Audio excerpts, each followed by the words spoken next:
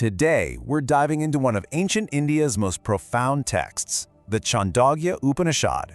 And really, it's not so much a text as it is a journey not out into the cosmos, but deep into the very core of who we are.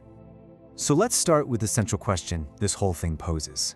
What if the biggest secret in the universe isn't hidden in some faraway galaxy, but it's right here, inside you? The Upanishads completely flips the script on our usual search for meaning. It tells us to stop looking out there and start looking in here. So, where does a journey like this even begin? Well, it starts with something pretty familiar to the ancient world, a sound. Specifically, the sacred chant, Om. But what the Upanishad does with it is honestly a total game changer. It turns a simple ritual sound into a key that can unlock reality itself. To get us there, the text builds this incredible idea, a ladder of essences. Think of it like this. You start with the most solid thing you can imagine, the earth. Then you find its essence, plants. And the essence of plants? Man. And you keep going, getting more and more subtle, from speech to sacred hymns, until you finally arrive at the top, the ultimate essence of everything, the sound of Om. So you see, Om isn't just a sound you make. It's the essence of essences. It's the fundamental vibration where our mind, our speech, and our very life force, our breath, are perfectly united. It's the glue that holds our inner world together, the supreme reality itself. Okay, so you might be thinking, who gets to learn this stuff? Is it just for a select few? Well, the Upanishad is really clear on this, and it uses some amazing stories to prove its point. Knowledge isn't about your status or your wealth. The only ticket you need is a genuine, burning desire for the truth. I mean, just check out this story. You've got King Janasriti. He's got it all. Money, power, the whole shebang. But he gets completely humbled by this guy named Raikava, a poor cart puller he finds scratching an itch under his cart. The king offers him a fortune for his wisdom, and Raikava basically just scoffs, saying, "Keep your trinkets. It's a powerful lesson. You can't buy this kind of knowledge." And what was Raikava's big secret? It's this beautiful, unifying idea called the science of absorption.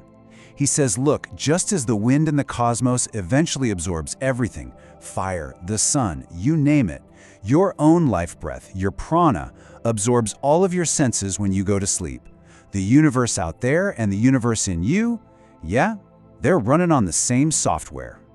And then there's the story of Satyakama, which is just incredible. He's a boy who has no idea who his father is. He goes to a teacher and just lays out the plain, potentially shameful truth. And the teacher is so blown away by his honesty that he says, that truthfulness, that is your true lineage. And because he's so sincere, the whole world just opens up to him. Literally, a bull teaches him, fire teaches him, all of nature becomes his guide. All right, this all leads us to the absolute heart of the Upanishad. We're about to get to the big reveal, the great cosmic secret about the one single substance that makes up everything we see.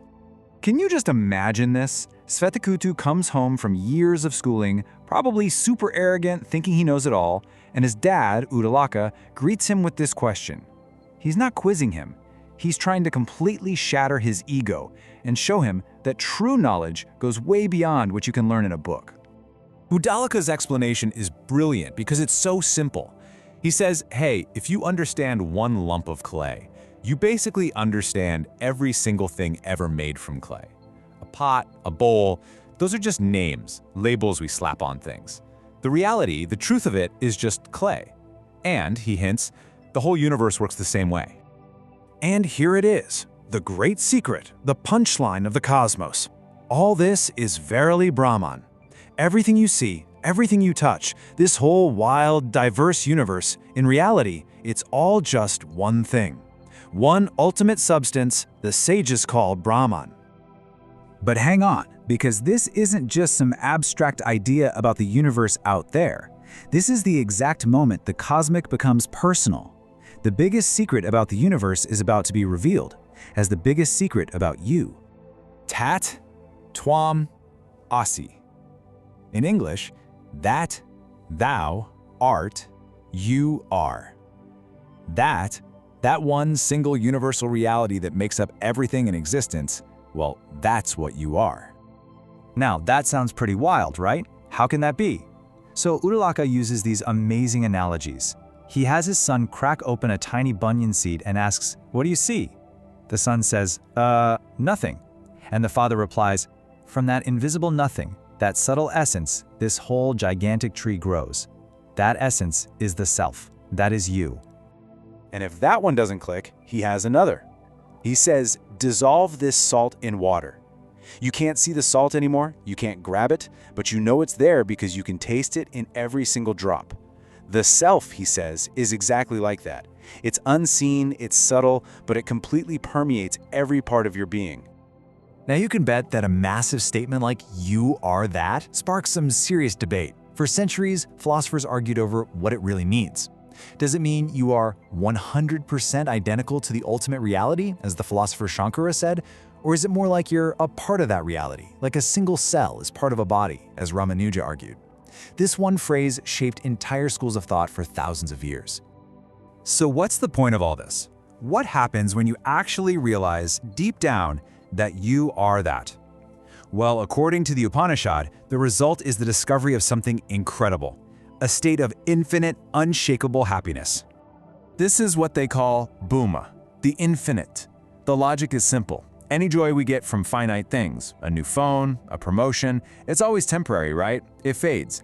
But true lasting bliss can only be found in what is infinite. It's a state where you don't see any separation between yourself and everything else. And so our whole journey comes full circle. We started by looking for a cosmic secret, and we end up right back inside ourselves.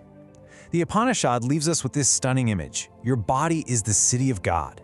And in the tiny, subtle space within your own heart, you can find the entire universe. The sun, the moon, the stars, everything you've ever looked for is already right there.